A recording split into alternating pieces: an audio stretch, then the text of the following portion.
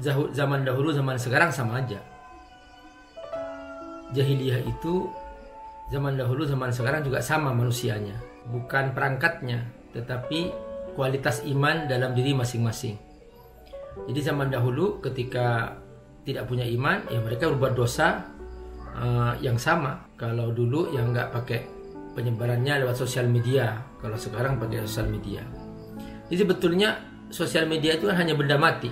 Sosial media itu seperti pisau, Jadi memang kita nggak bisa menyalahkan sosial media, kita nggak bisa juga menyalahkan anak kita, nggak bisa.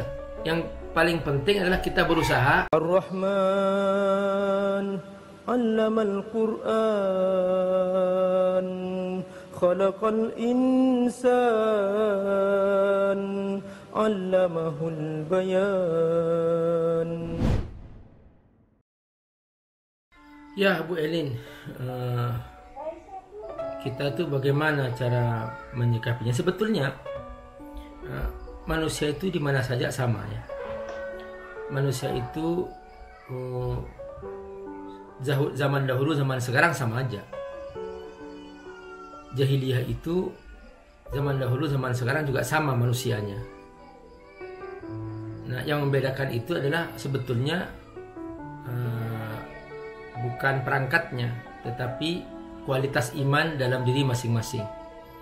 Jadi zaman dahulu ketika tidak punya iman, ya mereka berbuat dosa yang sama, ya berzina, menonton aurat, mabuk-mabukan, membunuh, kemudian zalim dengan kekuasaannya dan sebagainya. Munculnya Fir'aun dalam Al-Quran itu juga untuk menggambarkan bahwa kezaliman itu ya sama saja bentuknya.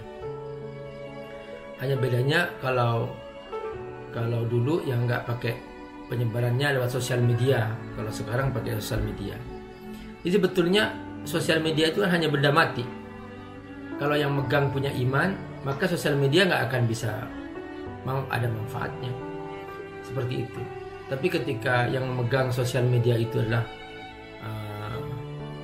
nggak punya iman atau imannya lemah dan sebagainya, itu baru merusak gitu. Jadi seperti itu. Sosial media itu seperti pisau, Kalau dipegang penjahat, maka dipakai untuk membunuh, untuk merampok.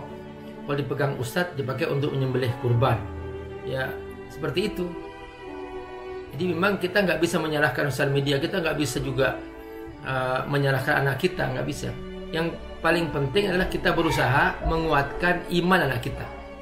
Makanya caranya ya Bapak Ibu, dibatasi mereka pegang HP, terus diperbanyak mereka belajar pembinaan imannya itu. Pembinaan imannya itu diperbanyak. Gitu ya.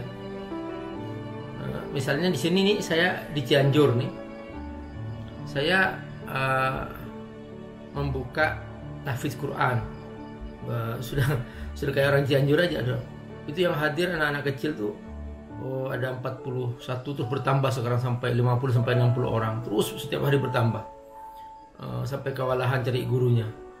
Jadi ternyata sebetulnya anak-anak ini ketika mereka nggak ada pilihan, mereka tuh main game di pojok-pojok kampung. Itu kan banyak jalan-jalan ladang-ladang apa gitu, mereka tuh main game, pegang HP ngeriung gitu. Tapi ketika ada kegiatan tahfidz Quran, mereka ikut tuh. Itu ikut senang gitu loh. Saya bisa aja, yuk kita ngaji. Mau mereka gitu. Jadi anak itu sebetulnya tergantung apa yang dia lihat gitu. Kalau setiap hari melihat teman-temannya main game misalnya, maka dia akan ngeriung di situ. Tapi kalau ternyata dapat alternatif lain, dia juga ngeriung di situ, ngeriung hafal Quran, ngeriung baca Quran dan sebagainya. Nah itu tugas kita itu membuat alternatif sehingga mereka tanpa terpaksa sudah beralih kepada alternatif yang lain itu. Caranya dibikin menarik. Menariknya gimana? Dibikin banyak temannya. Karena mereka itu tertarik karena banyak temannya. Kalau di tempat ngaji banyak temannya, mereka gabung ke situ juga. Kayak gitu. Nah itu ya, semoga Allah berkahi. Assalamualaikum warahmatullahi wabarakatuh. Alhamdulillah wassalatu wassalamu ala Rasulillah wa ala alihi wa sahbihi wa man. Teman-teman rahimakumullah, Abi Amir mengasuh sebuah pesantren, Fat Institute. pesantren FAD ini ada di Jakarta, ada juga di Sukawangi, Bogor. Mereka rata-rata adalah anak-anak yatim duafa dan mereka belum punya asrama, belum punya masjid, dan juga mereka membutuhkan pembebasan lahan untuk pesantren. Teman-teman, membantu para penghafal Quran adalah menyiapkan mereka punya masa depan yang cerah, dan otomatis kita juga membantu diri kita sendiri, karena dengan membantu mereka menjadi penghafal Quran, menjadi para ulama, semua kebaikan yang mereka kerjakan, setiap huruf dari Quran yang mereka ulang-ulang, kita semua kebagian pahala. Bukan hanya itu, nanti di alam akhirat, di surga, mereka akan datang menyambut kita dengan mahkota yang indah, dan kita semua yang berdonasi untuk mereka akan diberi mahkota yang indah di pintu surga, sehingga kita semua bahagia selamanya di akhirat. Ayo bergabung membantu para santri yatim duafa penghafal Al-Quran di pesantren Fadlul Tafsir di Sukawangi, Bogor, melalui rekening di bawah ini. Semoga Allah berkati. Assalamualaikum warahmatullahi wabarakatuh.